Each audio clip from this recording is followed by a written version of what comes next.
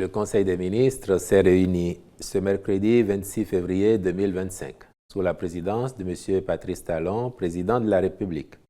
Les décisions que voici ont sanctionné la séance.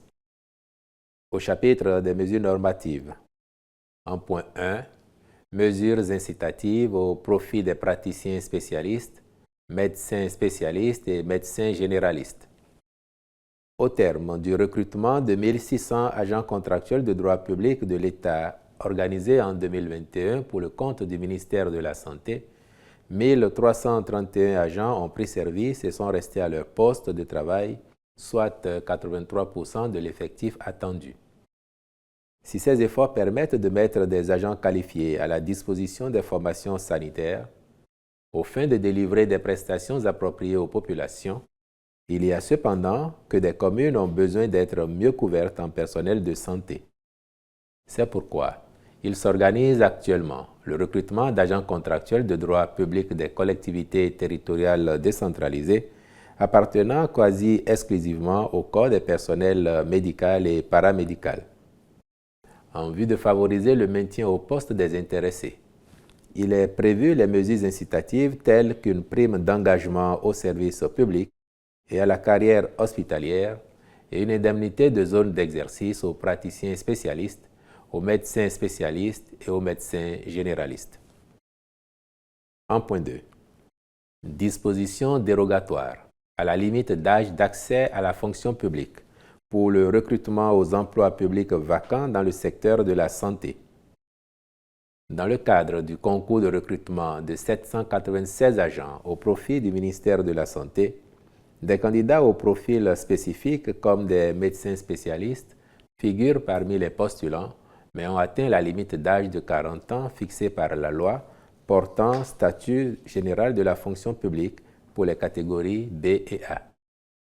Mais cette même loi prévoit, en son article 261, que l'administration peut recourir au recrutement des agents contractuels de droit public de l'État à durée indéterminée lorsque les postulants aux emplois publics déclarés vacants, bien qu'ayant les qualifications requises pour être fonctionnaires de l'État, sont frappés par la limite d'âge du recrutement. Les présentes dispositions dérogatoires permettront donc aux candidats concernés de pouvoir concourir et mettre leur savoir-faire au service du secteur de la santé publique. En lien avec cette mesure dérogatoire, et dans le but de permettre la mobilité du personnel de santé en cas de nécessité, le Conseil a également adopté le décret portant modalité de redéploiement par suspension de contrat des agents contractuels de droit public détenteurs de contrats à durée déterminée pour servir dans une structure publique ou parapublique dans le secteur de la santé. Au titre d'autres mesures normatives, ont été par ailleurs adoptés les décrets portant création, attribution et composition du comité de pilotage des comités de préfiguration des musées, puis création de la réunion des musées publics et approbation de ses statuts. Cette structure sera chargée de la mise en réseau et de la coordination des musées publics et sites patrimoniaux qui seront sous sa tutelle, avec la possibilité d'extension à d'autres structures de nature similaire. Au chapitre des communications, en point 1, élaboration de plans directeurs d'urbanisme dans 21 communes du Bénin. L'élaboration de ces plans directeurs résulte des décisions du Conseil des ministres du 6 décembre 2023. En effet, le ministère du Cadre de vie et des Transports, en charge du développement durable, avait été instruit d'apporter une expertise technique au ministère de la décentralisation et de la gouvernance locale dans le cadre de la dotation de tous les chefs-lieux de département d'un plan directeur d'urbanisme et d'un schéma directeur d'aménagement urbain.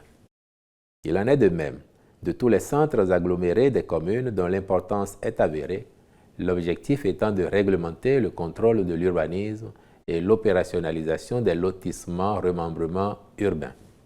D'ores et déjà, les communes de Porto Novo, Parakou et Ouida ont bénéficié de ces documents d'urbanisme. Pour celles de Cotonou, Boïkon, Semenpodji, Komé, Abomey, Grand Popo et Niki, leur élaboration est très avancée, voire en cours d'achèvement. S'agissant des communes de Djougou, Kandi d'Assazoumé, Pobé à Plaoué, Alada et Lokossa, la réalisation de ces supports est prévue pour l'année 2025. C'est donc dans la perspective de couvrir progressivement le reste des communes que 21 autres ont été identifiées en vue de bénéficier de cet appui technique. La démarche consiste à impacter prioritairement toutes les communes à statut particulier, puis celles intermédiaires, afin d'aboutir aux communes ordinaires, dont l'importance sur l'armature urbaine nationale est marquée. Sont retenues pour la présente phase et dans cette logique les communes d'Abomey-Calavi, Zé, Bomassé, Koulekame, Diakotome, Bopa, Perere, Ndali, Adjara, Tanguieta, Bembereke, Savalou, Basila Ifaï, Toribosito, Glazoué, Zakota, Avrankou, Banté, Natitengu et Ketou. Les ministres concernés par ces opérations sont instruits à l'effet de prendre les dispositions nécessaires pour leur conduite à terme. En point 2, mission de maîtrise d'œuvre complète du projet de construction du Centre de sauvegarde de l'enfance et de l'adolescence de Cotonou. La réalisation de ce centre participe de la mise en œuvre de la politique dite « Zéro enfant en détention » dont le gouvernement fait une priorité nationale.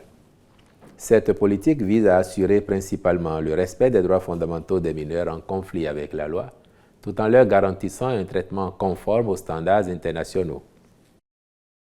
Elle constitue également une solution alternative à l'incarcération des mineurs.